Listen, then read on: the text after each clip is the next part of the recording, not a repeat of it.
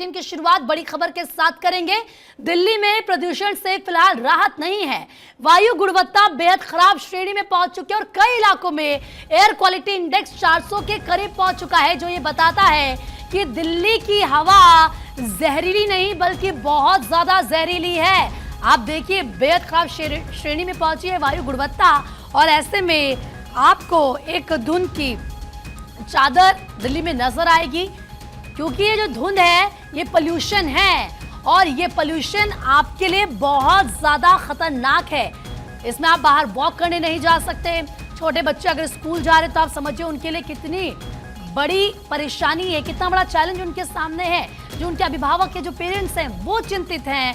अगर किसी को कोई बीमारी है सांस से, अस्थमा से, जैसे कि अक्सर कुछ लोगों को होती है, सोचिए उनके लिए दिल्ली में रहना इस वक्त कितना ज्यादा खतरनाक है, क्योंकि हालात यहाँ पर लगातार बिगड़ रहे हैं। जो प्रदूषण के कण हैं, जो डस्ट है, जो पोल्यूशन है, वो लगातार बढ़ रहा है या यूं कह लीजिए कि कम फिलहाल नहीं हो रहा है।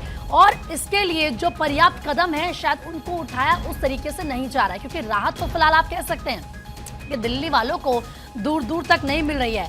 काफी ज्यादा समय हो चुका है, पराली जलाने का ही सिलसिला शुरू होता है, सर्दी जैसे करीब आती है और उसके बाद सब कुछ दिल्ली में पोल्यूशन यूं कह लीजिए कि प्रदूषण ही होता हुआ नजर आता है। आप पानी की बात कर लीजिए, जल प्रदूषण की बात कर लीजिए, वायु प्रदूषण की बात कर लीजिए।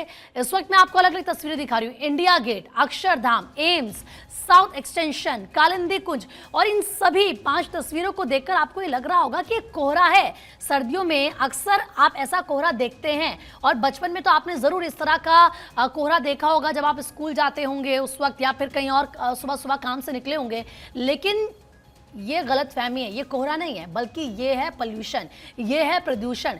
ये वो प्रदूषण है जो दिल्ली एनसीआर की, दिल्ली की हवा को जहरीला कर रहा है, उसे बहुत ज़्यादा ख़राब कर रहा है। ये 5 तस्वीरें हम आपको अलग अलग इसीलिए दिखा रहे हैं ताकि आप ये समझ सकें कि इस वक्त दिल्ली में हालात कैसे हैं। ज़्यादा बातचीत के लिए मेरे सहयोगी गौरव जुड़ चुके हैं मेरे साथ लाइव। गौरव, आखिर ये जो सांसों पर संकट है दिल्ली में, ये कब थमेगा?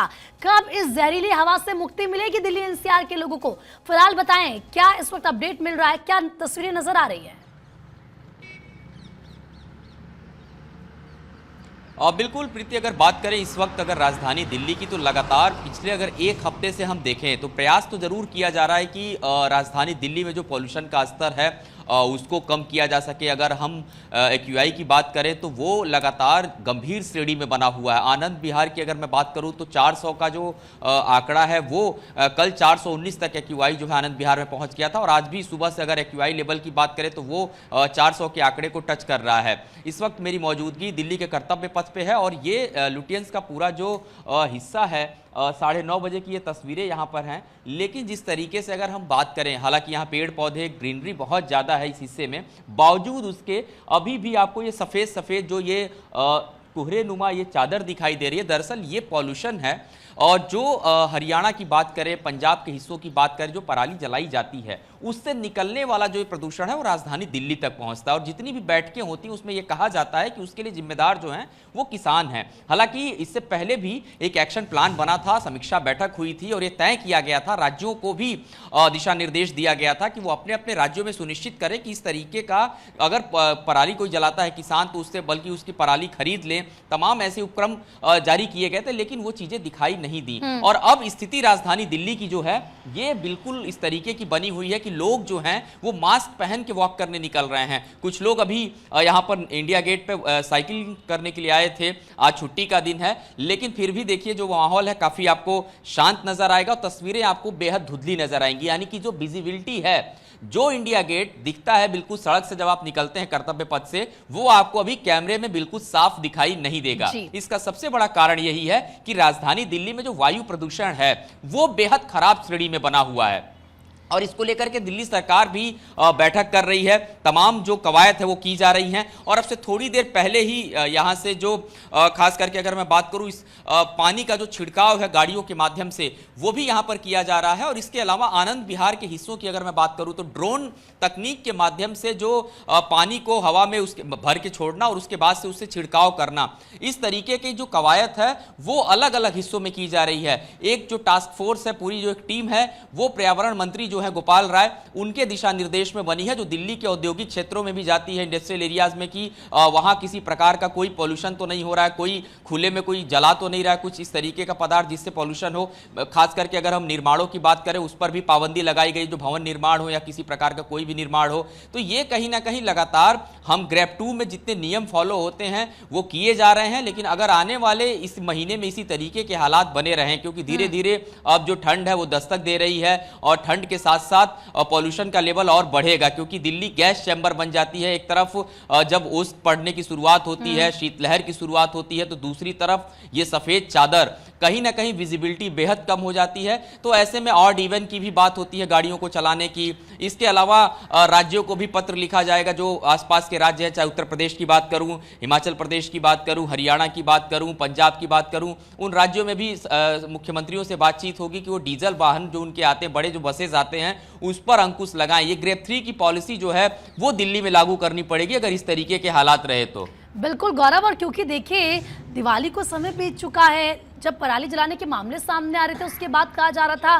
कि कड़े कदम उठाए जाएंगे, इवन जो जुर्माने की राशि है उसको भी दोगुना कर दिया गया है। लेकिन उसके बावजूद दिल्ली के हालात जस के तस बने हुए हैं, ग्रेप 2 के नियमों को लागू किया गया है। लेकिन फिर भी अगर अगले 6 दिनों की बात करें तो ये कहा जा रहा है कि अगले 6 दिन और ज्यादा अलर्ट रहने की जरूरत है।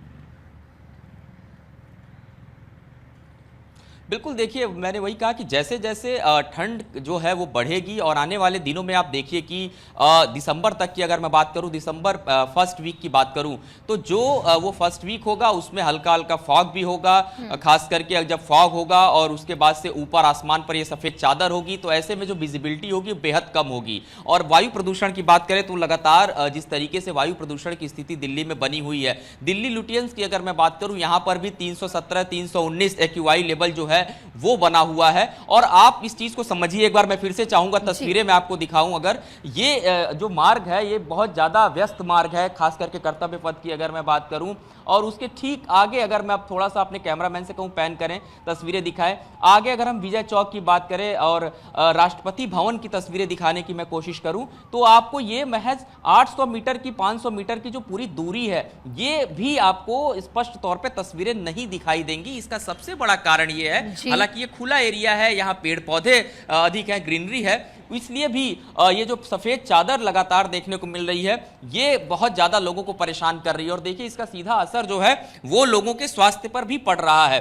डॉक्टर्स बार बार इस बात को कह रहे हैं कि जो 60 साल के अधिक उम्र के लोग हैं, यानी कि जो सीनियर सिटीजन है, वो कम से कम इस समय अगर वो मॉर्निंग वॉक कर रहे हैं, सुबह व्यायाम करने के लिए निकल रहे हैं, तो वो अपने घरों में ही रहें, अंदर ही योगा करें, अंदर ही पैक रहें। इसके अलावा अगर हम बात करें उन लोगों की जो नौकरी पेशा वाले लोग हैं, जो लगातार 8 से 10 घंटे बाहर रहते हैं, उनकी आंखों में जलन की समस्या है, इस गले में जलन की समस्या है, इस तरीके की जो शिकायतें हैं वो लोगों को हो रही हैं। तो ये कहीं ना कहीं राजधानी दिल्ली की जो हवा है वो प्रदूषित हो गई है और उस हवा का शिकार भी तमाम जो लोग हैं वो हो रहे हैं। और देखिए गौरव, जब हम पोल्यूशन की बात करते हैं खासतौर पर दिल्ली एनसीआर में, तो ये कहा जाता है कि वाहनों के उत्सर्जन की भागीदारी इसमें 11%, यानी कि जो व्हीकल से पोल्यूशन होता है ये 11% है।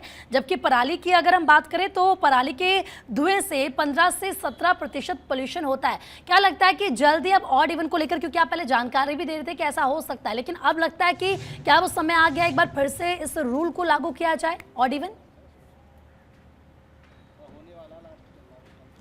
और बिल्कुल देखिए इस तरीके की जो बातचीत है वो भी की जा रही है, बल्कि केंद्र सरकार को एक पत्र जो है दिल्ली सरकार के मंत्री हैं गोपाल राय, पर्यावरण मंत्री हैं, उन्होंने लिखा है कि जो कृत्रिम बारिश कराने की बात पिछले बार भी हुई थी, IIT कानपुर से संपर्क किया गया था, खड़गपुर से संपर्क किया गया था, तो क्या आने वाले दिनों में कृत्रिम बारिश दिल्ली में कराई जाएगी अगर इस तरीके की जरूरत पड़ती है तो उसके पहले किस तरीके के प्रोटोकॉल का पालन करना होता है वो जो तैयारी है वो दिल्ली सरकार अपने तरफ से कर रही है। इसके अलावा अभी हाल ही में एक टास्क फोर्स भी दिल्ली सरकार की तरफ से बनाया गया है, जिसमें अलग अलग जो टीमें हैं अलग अलग इलाकों में जाती हैं, वो गश्त कर रही हैं और लोगों पर निगरानी रख रही हैं कि कोई पॉल्यूशन मत फैलाए, प्रदूषण मत करे, कुछ खुले में जलाए मत, फैक्ट्रियों के जो बेकार जो कूड़ा कचरा है वो ना निकले, और लोगों का चालान भी लगातार किया जा रहा है। बल्कि कनॉट प्लेस के अंदर जो पार्किंग की अगर मैं बात करूं, जो गाड़ियां बहुत ज़्यादा आ जाती थी, वहां का जो शुल्क है पार्किंग का उसको डबल कर दिया गया है, ताकि जो लोग हैं वो अपने वाहन को लेकर के आने में सोचें, विचार करें, क्योंकि डबल चार्ज उनको देना पड़ेगा। तो इस तरीके की कवायद लगातार की जा रही है, बशर्ते उसका इम्पैक्ट जो है वो बहुत ज्यादा भी दिखाई नहीं दे रहा है, क्योंकि राहत कहीं से भी नजर नहीं आ रही है। बिल्कुल सही कहा गौरव आपने, और कहीं ना कहीं लोगों को भी इस बात का ध्यान रखना होगा कि उनकी तरफ से किसी तरीके से प्रदूषण ना हो। आप क्योंकि लगातार बाहर हैं, खुले में हैं, तो आप भी अपना बहुत ख्याल रखिएगा, क्योंकि इस वक्त दिल्ली की हवा जो है वो बहुत सारा जहरीली। फिलहाल बहुत बहुत शुक्रिया आपका तमाम जानकारी देने के लिए।